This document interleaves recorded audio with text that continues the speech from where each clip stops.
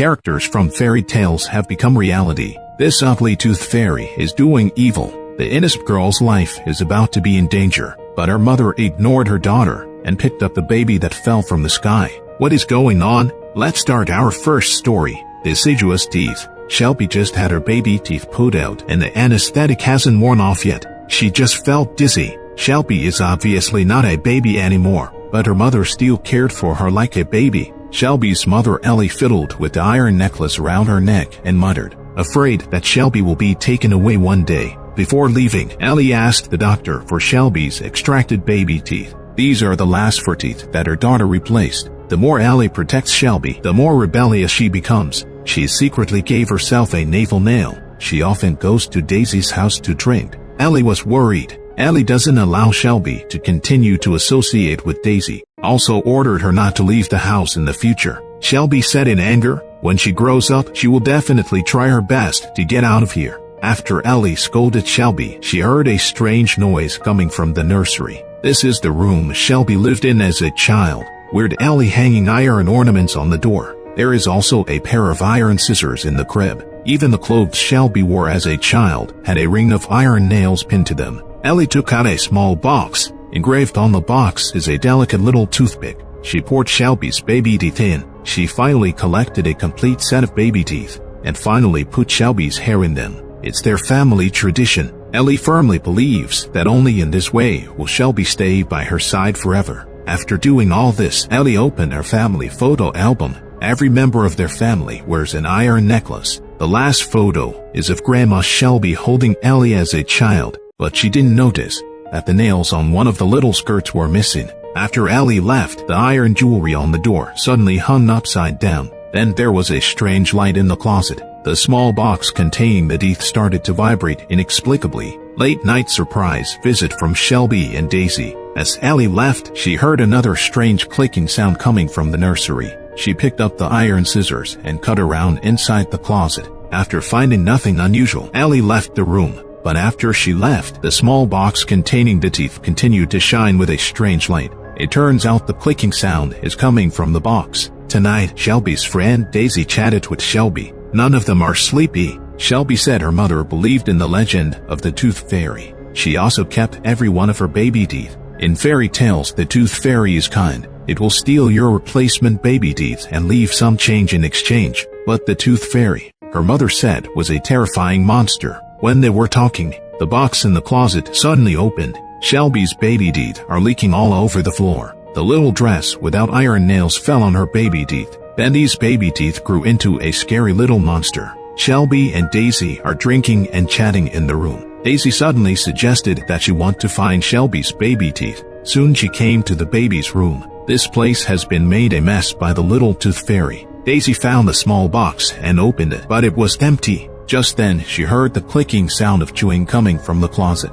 Daisy was frightened and quickly dragged her sprained foot to leave, but the naughty little tooth fairy didn't intend to let her go. I don't know how much time has passed. Shelby also calmed down and came to the baby room. Ellie looked at the messy nursery and decided that it must be Daisy's doing. It wasn't until she saw the empty box that she realized the seriousness of the matter. She reminded Shelby to quickly bring her iron necklace. They've already pissed off the tooth fairy. The tooth fairy is a very vengeful creature, but Shelby thinks her mother is delusional. She doesn't believe in the tooth fairy at all. Mother told Shelby with fear. She was almost taken away by the tooth fairy as a child. Shelby's grandma sacrifices herself to save her. The tooth fairy eats children and leaves behind a ghost in exchange. At this time, the ugly tooth fairy was hiding among a pile of toys. Its mouth calls Shelby's name. It's a monster transformed from Shelby's baby teeth. Daisy's bloody body was lying in the corner. All the teeth in her mouth have been eaten away. Suddenly, the tooth fairy tackled Shelby.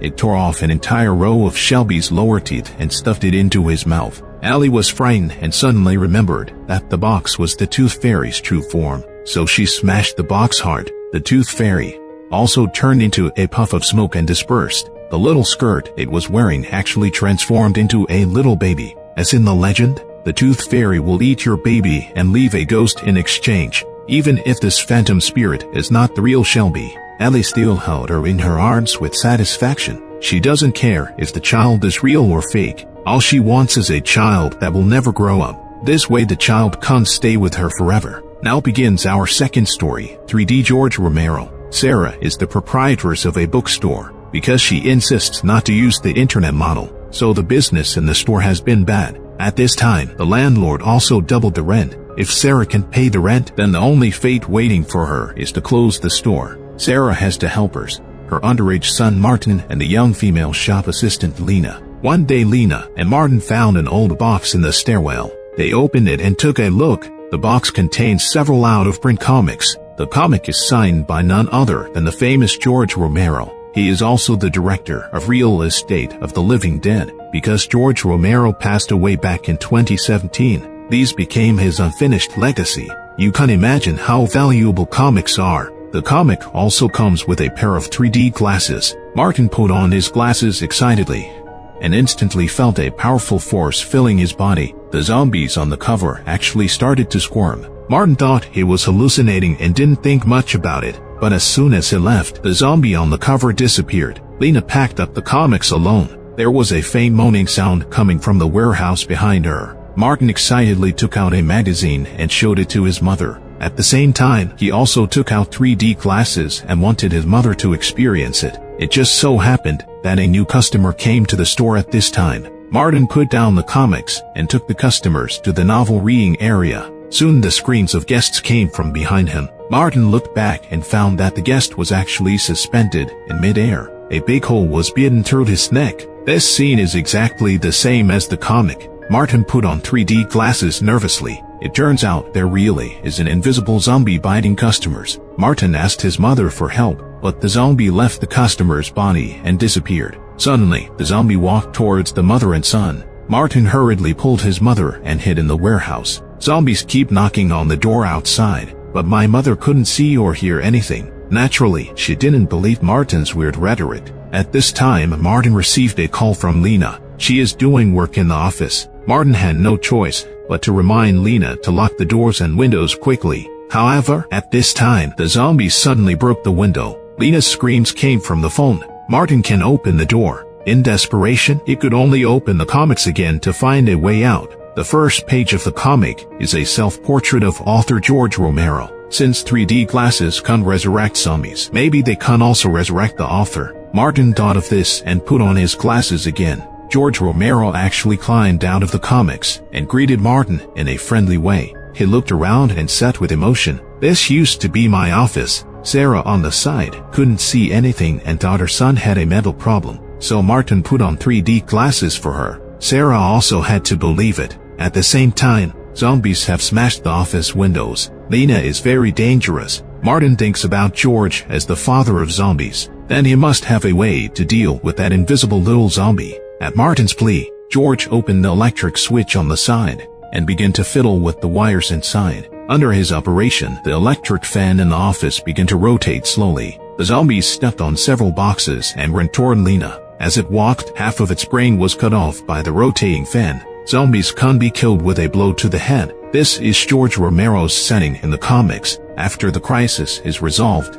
Martin dragged the invisible zombie out. At this moment, he discovered that the body of the previously been guest was missing. There is a row of bloody footprints on the ground. It turns out that the customer has turned into a zombie and is looking for food everywhere in the store. And it's a real zombie. At the same time, it is also a highly intelligent zombie that loves to learn. It directly opened a comic, took out the 3D glasses and put them on, and then all the zombies in the book came to life. Seeing this, George finally remembered. He originally customized a pair of 3D glasses for each of these 6 comics. Because their deal failed, the glasses manufacturer then found his uncle, who was proficient in witchcraft, and cursed them. Originally, these sealed comics have never been published. No one expected that the comics would be found by Martin. George has nothing to do against the zombie army that is about to attack. The door was broken open at this time. Sarah became the first victim. Martin grabbed his mother's hand hard but could only watch her being dragged away. Mother's screams came from outside the door. Lena was fighting with a zombie.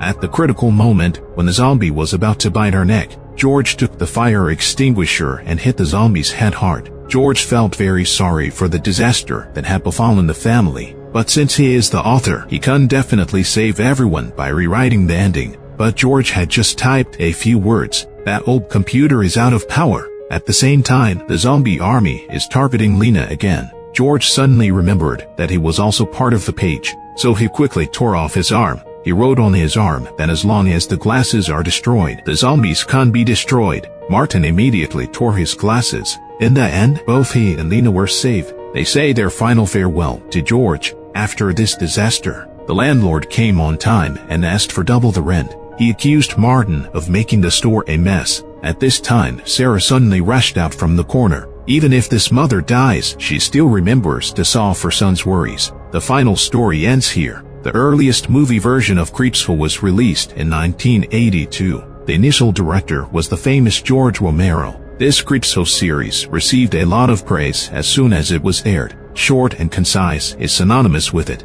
Personally, I think the reason why Creepsville are so popular is because the production team behind them is very sophisticated. Every episode is carefully crafted. Every character setting is surprising. Interested friends can find the original film and watch it. Alright, that's it for today's video. See you next time.